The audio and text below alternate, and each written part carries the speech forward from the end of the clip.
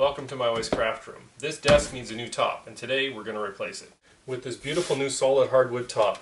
Solid cherry front edge, back edge, wormy maple in the middle. I have here a whole bunch of boards. They've gone through a few sets of hands before I got them, but my understanding is they originally were removed either from a barn or another building.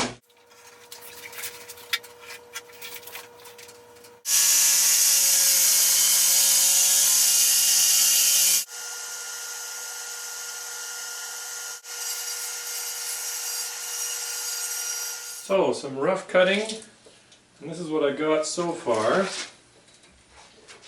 Now, there's a notch there that I'm going to have to work around. And this board has quite the bulge there.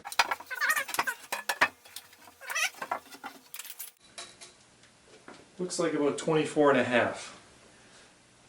I need 29. Might have to get creative. So here are all the boards after being jointed and planed. I just skipped all of that in terms of filming.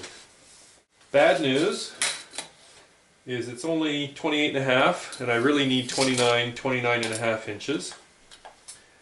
Good news, I found out it's soft maple. I was beginning to think it was pine because it is so light and so soft. I showed a piece to a friend of mine and he tells me no, it's soft maple, and he pointed out something I hadn't known, and I've since found that somewhere else, is that the worms, which, you know, there's lots of wormholes in these old boards, they tend to ignore pine. This is what I thought I'd do to make up the width. I have this piece of red oak from my lumber stash. It's 5/4, so it's thick enough, it's fairly wide. And I plan to put this along the front of the table.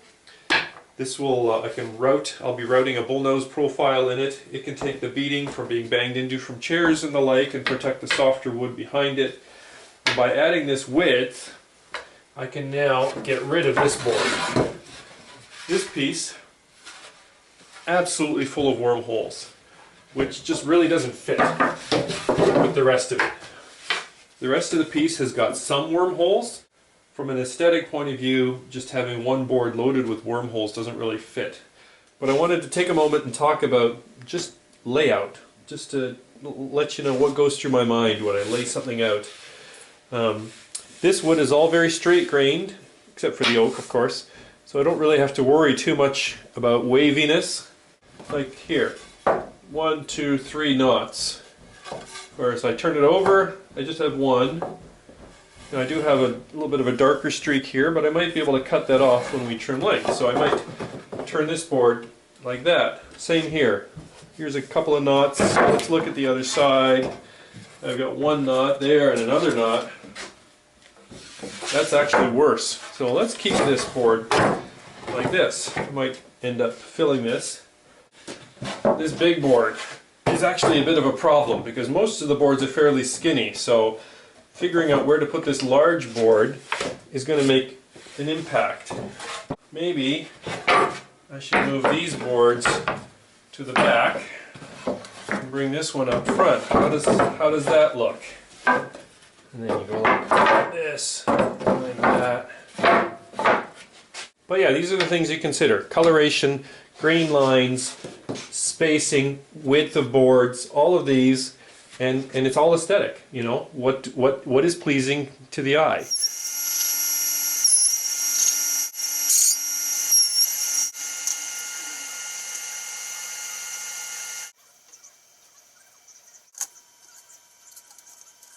So right here is that joint.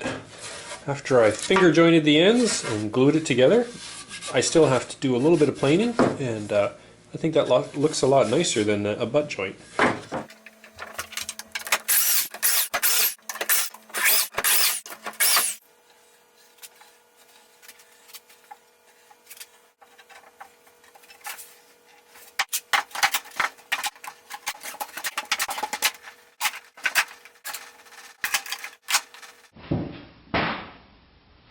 It's been about a week since the first round of planing and dimensioning, and I used some of that time to glue up these boards into slightly wider panels it's time to bring it back to the planer and plane these down to my final dimensions, and then we will be putting these all together into making the one big tabletop. Now things aren't quite working out the way I wanted.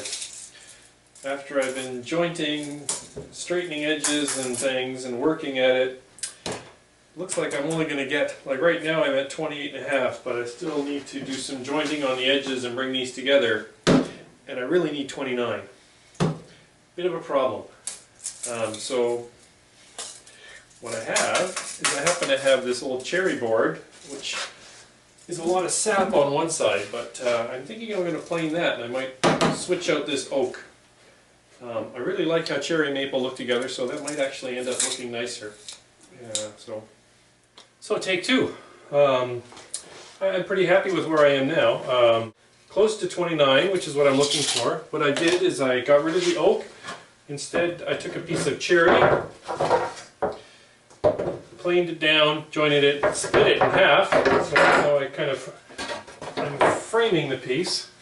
And I'm quite a fan of putting maple and cherry together. The maple stays pale usually, maybe goes a little amber. The cherry goes to a rich red pretty quickly, and then over time the contrast builds with exposure to UV. So this is what I'm looking at now. So the journey continues.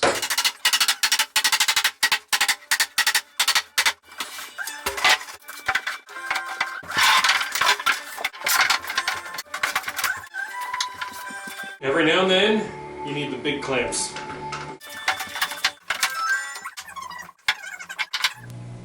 So we got all these worm spots here, which are full of sawdust, and I want a nice flat surface on this table. So what I'm going to do is I'm going to blow them out with the compressor, vacuum it up, and then I will be filling these tracks.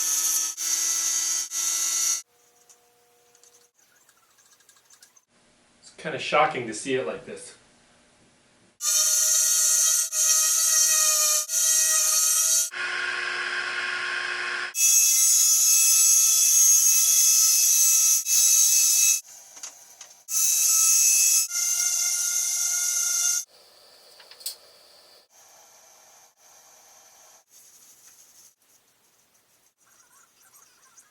In the interest of time, I've obviously compressed a whole lot. It's not very exciting watching somebody finish something, even though finishing, in a sense, is one of the most important parts of a project.